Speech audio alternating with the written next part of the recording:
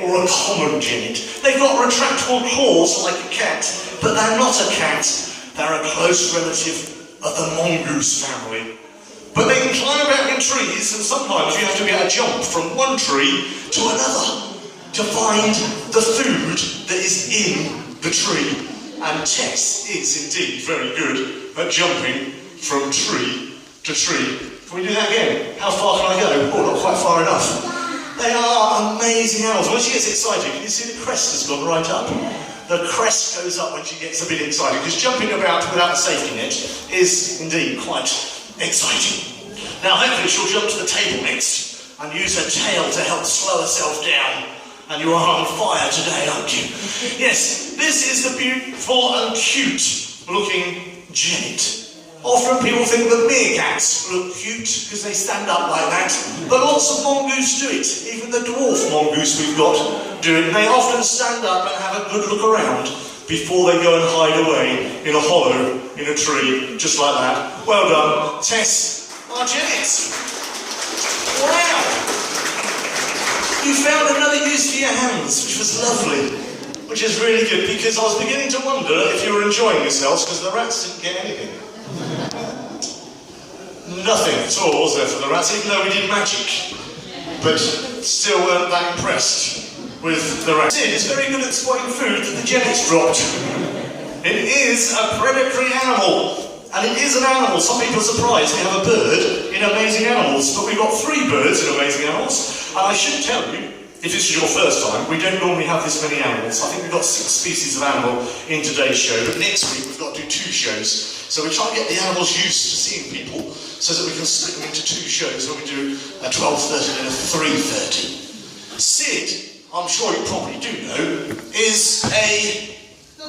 Very good, he is a kookaburra. Yes, we've got a relative of the kookaburra living in this country, and lots of people don't quite recognise it. But I'll try and help you recognise it by doing an impersonation of the British splash kingfisher.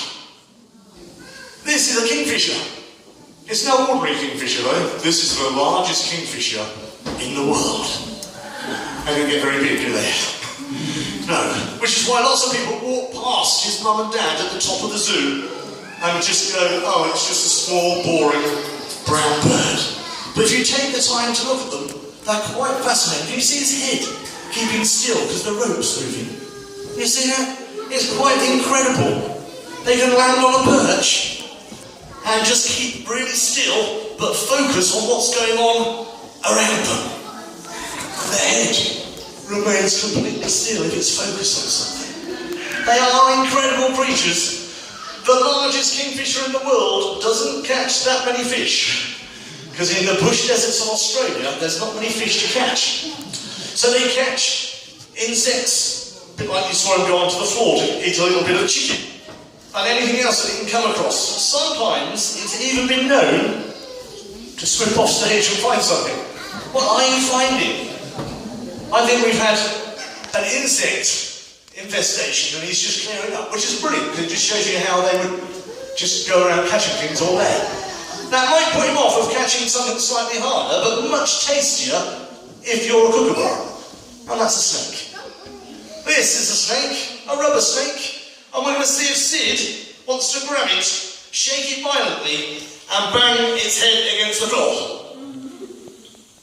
In the wild, if you catch a snake by the head and shake it violently and bang its head against the floor, you kill it, and then you can eat it. But Sid was born here in Norfolk, and he is highly intelligent. He knows that this is actually dead. Why bother killing it? Yes, it doesn't make any sense at all, does it? To want to kill it. Finding insects on the floor is one thing, but they can also catch flying insects. So I'm going to release a wasp above your heads, and we'll see if Sid can catch it. Are you not paying attention? This wasp nearly stung me. Are you ready? Are you steady? Up he goes! It's caught it, and killed it, and eaten it. And because it's a wasp, We don't mind too much, do we, don't you notice that? They catch all sorts of different insects, so I'm going to release another pretendy insect and see what you like. Ladies and gentlemen, this is a butterfly.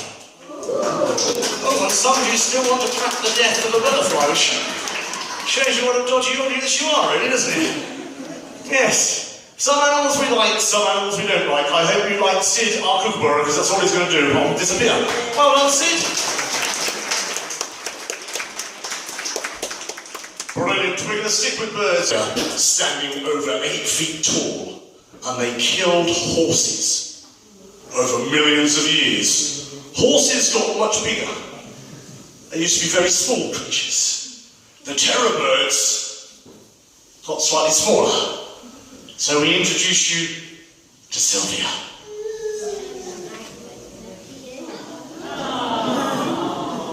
Yeah, quite good looking, isn't she, really? See that lovely little crest? Sometimes they're called crested seremas. And in parts of South America, serema means crested. So you're saying it in 2 different languages, which is quite good. They hide away in long grass and find lots of food hiding in the grass. Did you get that all right? Did I throw it too far? Well done. Super camouflaged for hiding. Sometimes their dinner tries to get away, because they still kill things and eat things. They still have to hunt just like their wild ancestors, but they don't catch horses. Sometimes if something's moving really quickly, they will go really fast. But obviously if it's dead, you don't need to. They will catch insects which are flying high above them, like you saw the kookaburra do. You may notice that she's a lot bigger than the kookaburra, therefore flying is quite hard work. They often choose not to do that.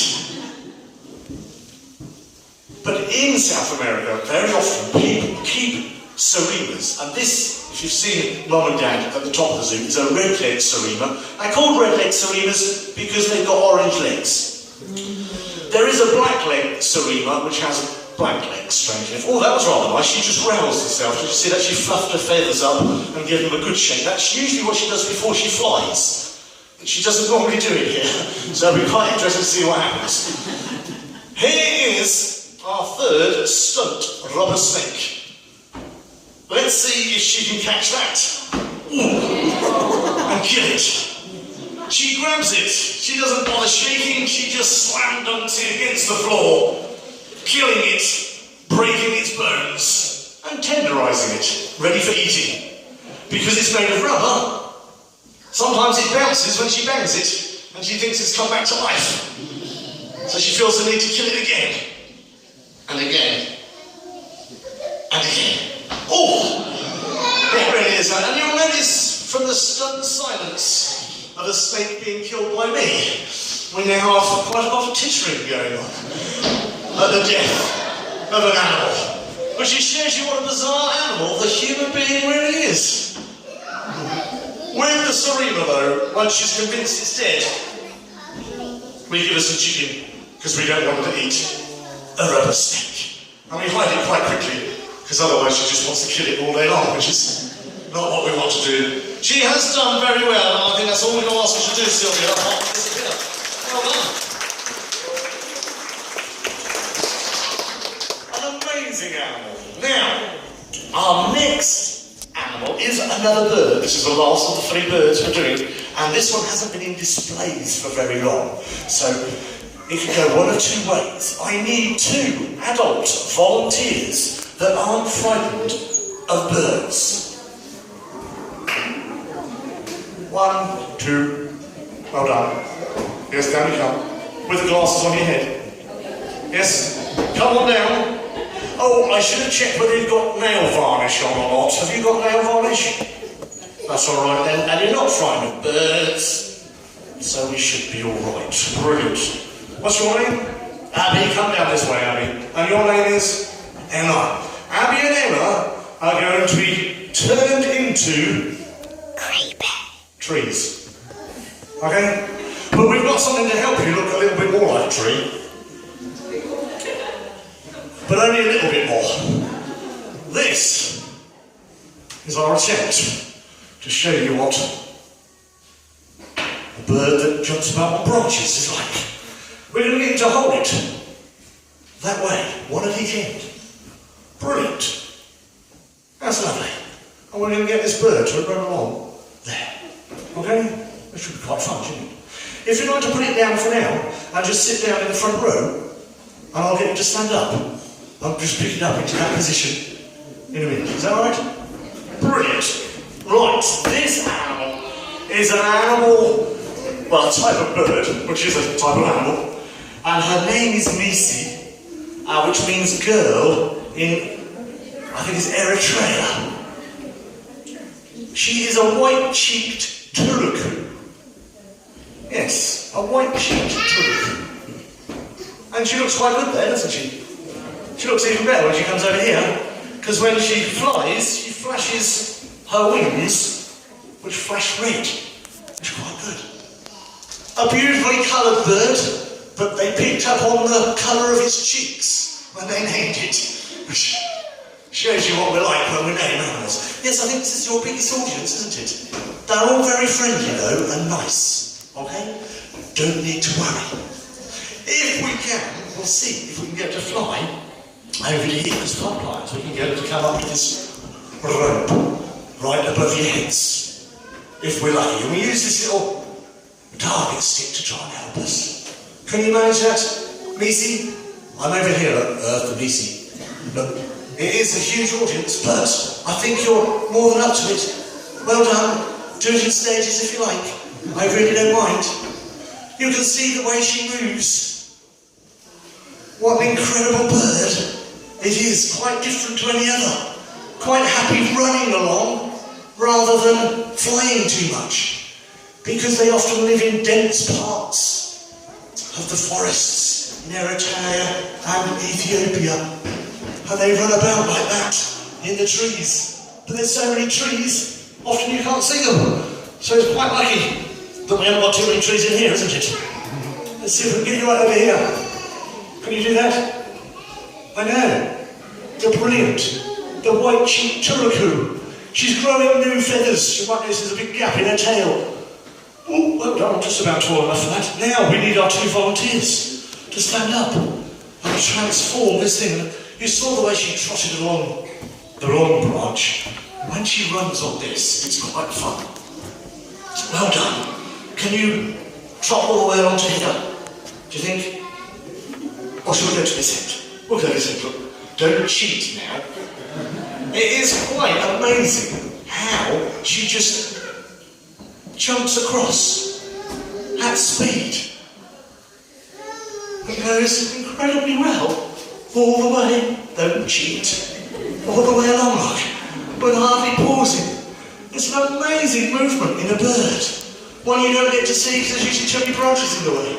So we're lucky we found a way of showing you a way of getting her to jump about and demonstrate how amazing the turuku